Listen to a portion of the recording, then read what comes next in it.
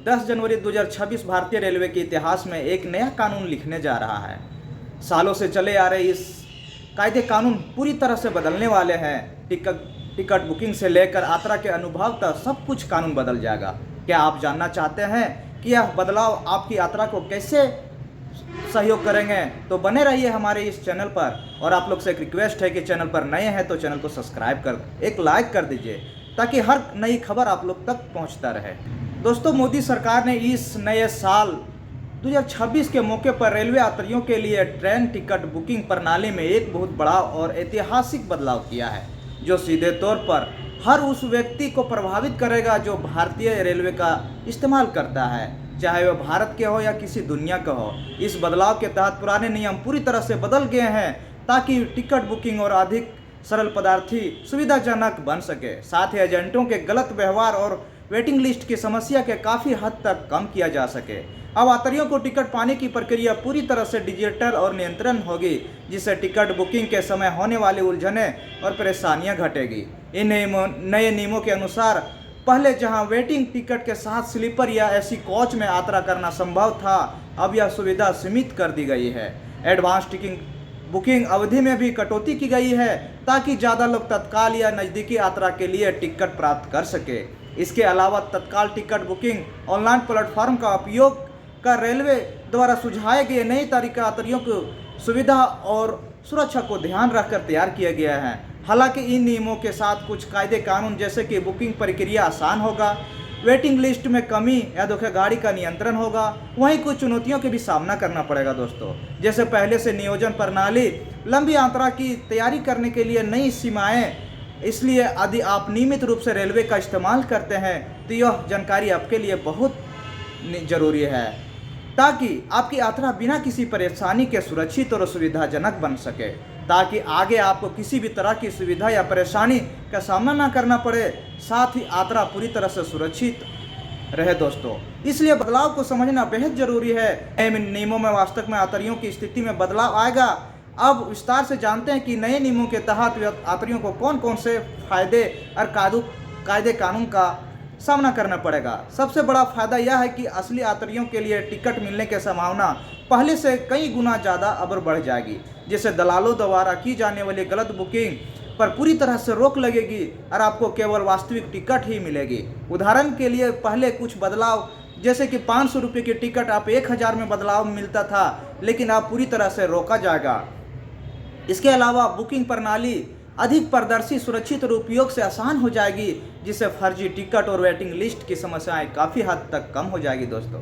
हालांकि कुछ नुकसान और चुनौतीपूर्ण सामने आ सकती है। सबसे बड़ी चुनौती उनके लिए होगी जो पहले एडवांस प्लानिंग करके यात्रा करते थे, यानी इस एक हफ्ते पहले से टिकट बुक करने वाले यात्रियों को अब कठिनाई का सामना करना पड़ सकता है।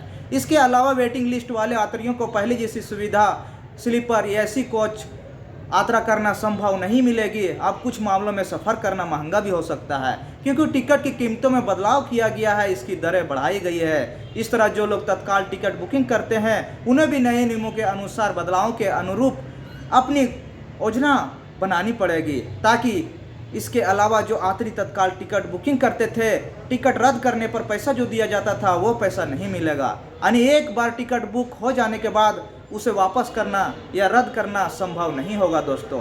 जैसे यात्रियों को अपनी यात्रा का योजना पहले से तय करना होगा और सावधानी पूर्वक टिकट बनानी होगी। यह थे आज के प्रमुख खबर, जो रेलवे के नियम 10 जनवरी 2026 से चालू होने वाले हैं दोस्तों, जिसमें सरकार के नियमों को रेल मंत्रालय ने वेटिंग टिकट, सामान्य टिकट बुकिंग और तत्काल टिकट बुकिंग के संबंध में लागू किया है। सबसे पहले वेटिंग टिकट के नियमों में कुछ बदलाव पर ध्यान दें।